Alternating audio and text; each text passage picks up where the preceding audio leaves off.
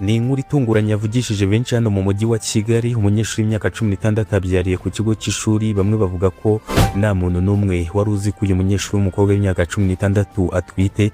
Bamwe bakavuga ati se ibi byashoboka bite, cyangwa habayeho uburangare, cyangwa hari ibindi byaba byihishe inyuma y'iyi nkuru. Komeze urebe iyi video kugeza ku musozo, ndakubwira yuko hari n'abantu batangiye gukekwa ko baba baragize uruhare mu gutera inda uyu munyeshuri, kandi bikavugwa ko ari abantu bafite akazi muri icyo kigo.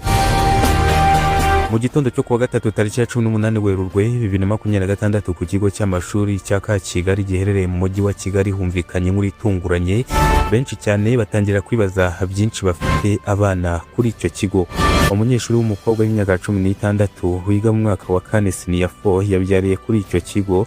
Ibi byateye ihungabana rikomeye ku banyeshuri ndetse no ku barezi batari bazi iyo nkuru. Amakuru atangwa n'abari baraho bavuga ko nta muntu n'umwe wari uzi ko uyu mwana w'umukobwa w'imyaka 16 atwite. Umwe mu banyeshuri nawe yagize ati, nanjye natunguwe numiwe, dore twabanaga, twakoranaga ndetse twakundaga no gukinana, ariko umunyeshuri niyigeze ambwira ko atwite, nanjye mbibonye uko namwe muri kubibona. Ndetse n'ababyeyi b'uwo mwana bavuga ko batari bazi ko uwo mwana wabo atwite. Ibi byatumye benshi bibaza, ese byashoboka bite ko inda igera ku mezi 9 nta muntu n'umwe urabona ko uyu mwana w'umukobwa w'imyaka 16 atwite? Ese koko ni uburangare gusa, cyangwa hari ibindi bikomeye byaba byihishe inyuma y'iyi nkuru? Hari bamwe mu banyeshuri ndetse n'ababyeyi batangiye kugira impungenge, bavuga ko hakenewe iperereza ryimbitse, kuko hari abakeka ko iyo nda yaba yaratewe n'umuntu uri hafi y'iri shuri, cyangwa se akaba ari umuntu ufite inshingano cyangwa se ufite akazi muri iri shuri. Nubwo ibi bitaremezwa, benshi barasaba ko ukuri kwajya ahagaragara. Mu gihe itangazamakuru ryageragezaga kuvugana n'umuyobozi w'ishuri, umuyobozi ntabwo yigeze aboneka. Bivugwa ko yirinze kuvugana n'abanyamakuru, ndetse na telefoni ntiyigeze yitaba. Ibi byatumye benshi barushaho kugira impungenge zikomeye cyane, haba ababyeyi bafite abana kuri kino kigo. Ese hari ikintu gikomeye cyaba kiri guhishwa? Ninde ufite uruhare muri ibi byose? Igisubizo kiracyashakishwa.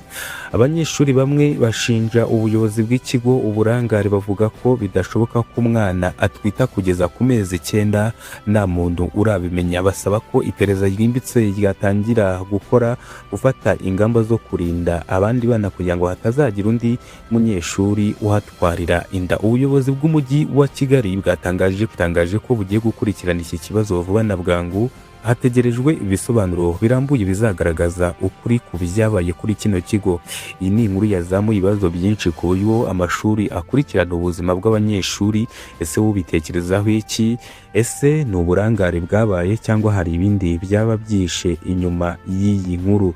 Niba ushaka kumenya amakuru nk'aya agezweho kandi asesenguye neza, kanda subscribe ku ITOHOZA TV Rwanda, kandi usangize iyi video abandi kugira ngo bose bamenye iby'iyi nkuru. Mwakoze cyane, bienvenue kwizera niko nitwa. Iyi ni ITOHOZA TV, nandi kubabwira inkuru itunguranye yabereye i Kigali, aho umunyeshuri w'imyaka 16 yabyariye ku kigo cy'ishuri cya Kigali. Ini inkuru yazamuye impaka nyinshi ku burangare n'iperereza rikenewe. Reba iyi video wumve ibisobanuro birambuye, ndetse utange n'igitekerezo cyawe. Mwakoze cyane, mugire ibihe byiza.